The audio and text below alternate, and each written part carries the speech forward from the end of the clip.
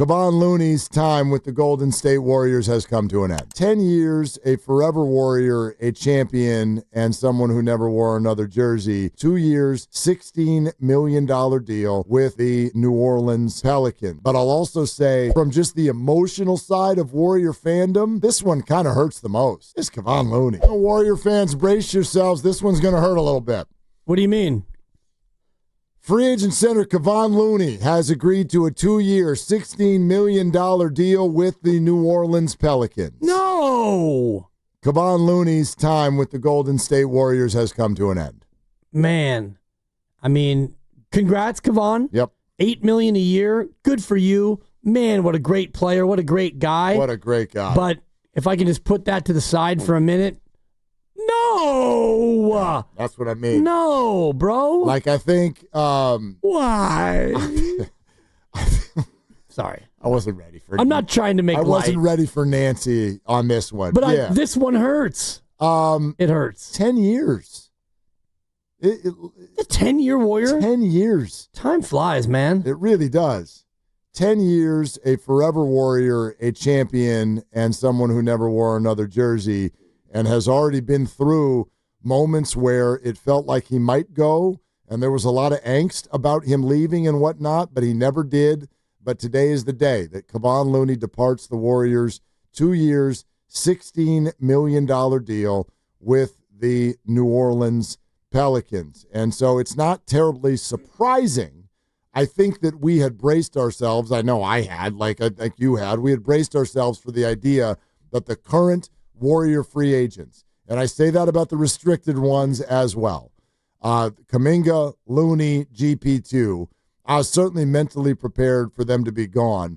But I'll also say, from just the emotional side of Warrior fandom, this one kind of hurts the most.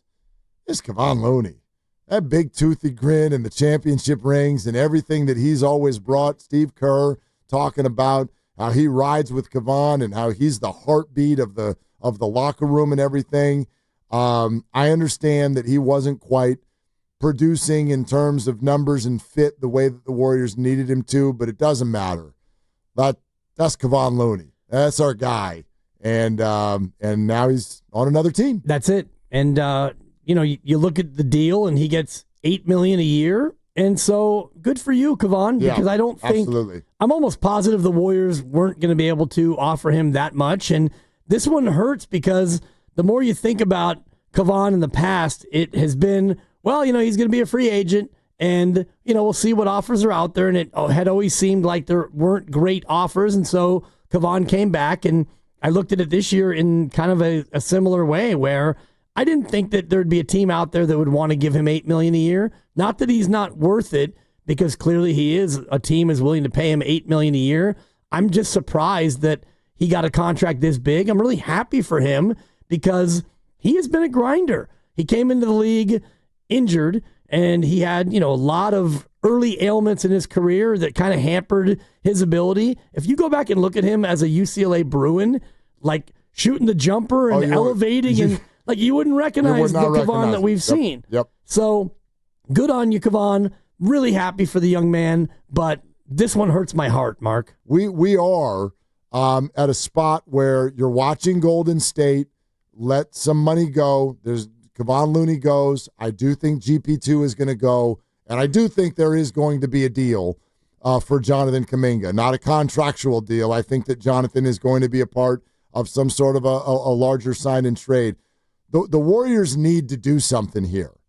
The Warriors, what are you doing the past hour and 23? Well, no, I get. I don't mean like that. Like you're on the clock. I just mean that even though I argued, and Grandy and I did a couple of these shows, I remember a few months ago, where it's like, man, I think people forget how good the Warriors were after Jimmy Butler arrived. So if you play that out over a whole season, I'm like, I don't think the Warriors are that far down the list in the West, but the West has changed. And I think the Nuggets just got better. I know the Houston Rockets got a lot better. And what's the one thing that everybody would say about Oklahoma City? Even though they're winning all those games, what would people say? Well, you never done it. That's right. Yep. Talk to me when you've done it. Well, now they done it. And so now you can't play but they're inexperienced. You can't do that anymore either. So the West is building itself to be even stronger, more top-heavy, if you will. And the Warriors are going to have to find a way to at least be mildly aggressive here in keeping up with the Joneses. Yes, and you can only be so aggressive because you have two of the highest-paid players in the game, and then Draymond's making 28. So I know you don't have three guys making 30 or more, which is something that you and I have talked about you can't really do, but if you take Steph and Jimmy and Draymond, they combined make about 140, so that right there is about, 40-something on the average, so you in fact do have that top-heavy of a roster, so yeah, Kevon is now officially gone. Looks like GP2 will be gone, and you have a couple of second-round draft picks, and I was listening to Evan and Goot, and, they're older guys relative to what the Warriors have done in the past, and can they come in and help you? Well, sure, they're allowed to, but now we're getting to the point where you better, right? And I'm taking the words out of your mouth because I'm seeing you form them. Yeah. And Kevon gets reunited with Jordan Poole in New Orleans, and New Orleans keeps, they're an interesting sort of team right now, not in terms of I think they're going to compete, but what are they doing? What are they doing? You got Zion still there. Evan brought up earlier on the crossover, he'd love to see that be the Kuminga destination for Trey Murphy. I love Trey Murphy. I don't know if the Warriors can get their hands on him, but New Orleans is kind of acting like O'Hare on United Airlines. They're just this midpoint and everything kind of flies out of there right now. They're not here to win. They're here to sort of facilitate your trade or wherever you're going to go next. That's a pretty hilarious analogy. Just threw that out there. Because if you're flying to New York and it's not a direct, you may go through O'Hare. You're going to go through Chicago. Exactly. It makes sense. It's kind of more than halfway, but it's on the way. And so you stop at O'Hare and you get some more fuel and you pick up some passengers. Speaking of Chicago, and this is not me. I'm not reporting this. This is just me with tea leaves and the reading that I do. It feels to me like the two teams to watch on a Kuminga situation are the Bulls and the Heat. That's what it feels like right now. Okay. Bulls and the Heat. And the Bulls would definitely be a trade, and I think the Heat would too. In other words, I don't think either of them are coming for a huge free agent offer to be made to Jonathan. But we'll see. But it sounds like those are the two teams to watch the most closely in these conversations. Yep. I mean, and you figure if they're going to send him somewhere, you'd like to send him to the East if you could. If everything was created equally. If you wanted to sign and trade, you don't want to send him to Sacramento or New Orleans, a team in the West. And I'm looking at Shams, and Luke Cornett gets 4 years and $41 million with the Spurs. Oh, wow. So there's another big. I don't know if we needed to fire off the breaking news sounder, but that was somebody that I kind of had my eye on for the Warriors. Yep.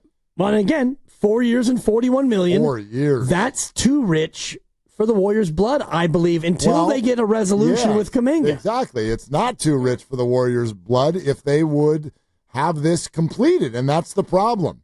The problem with this, because it's funny, an hour and a half ago, we're like, man, free agency goes slower than it used to. Can I ask you guys something? Fire away. So, Kevon Looney obviously will be remembered as one of the, most memorable names in the Warriors dynasty era. Role players, yeah. In terms of, players that you or Warrior fans had an emotional connection to, is Looney only behind Steph, Clay, Dre, and Iguodala? Because I think he's fifth for me in terms of emotional connection to a player during this Steve Kerr era. I would put him ahead of Iguodala, and it's not just because I have a slight issue. No, but honestly, if you want to talk about emotional connection, Kevon Looney is a drafted Warrior. Iguodala's not. He spent 10 years here, and he is just a lunch pail guy. Iguodala, Finals MVP, hired gun, great guy, great Warrior, 4-time champ. But emotionally, I have a deeper connection with Kevon Looney. I kind of agree with you. He's been a less important player, but the fact that he was homegrown, a drafted champion. How many of those other guys throughout all of this can say that? How many drafted champions were there? Drafted champions.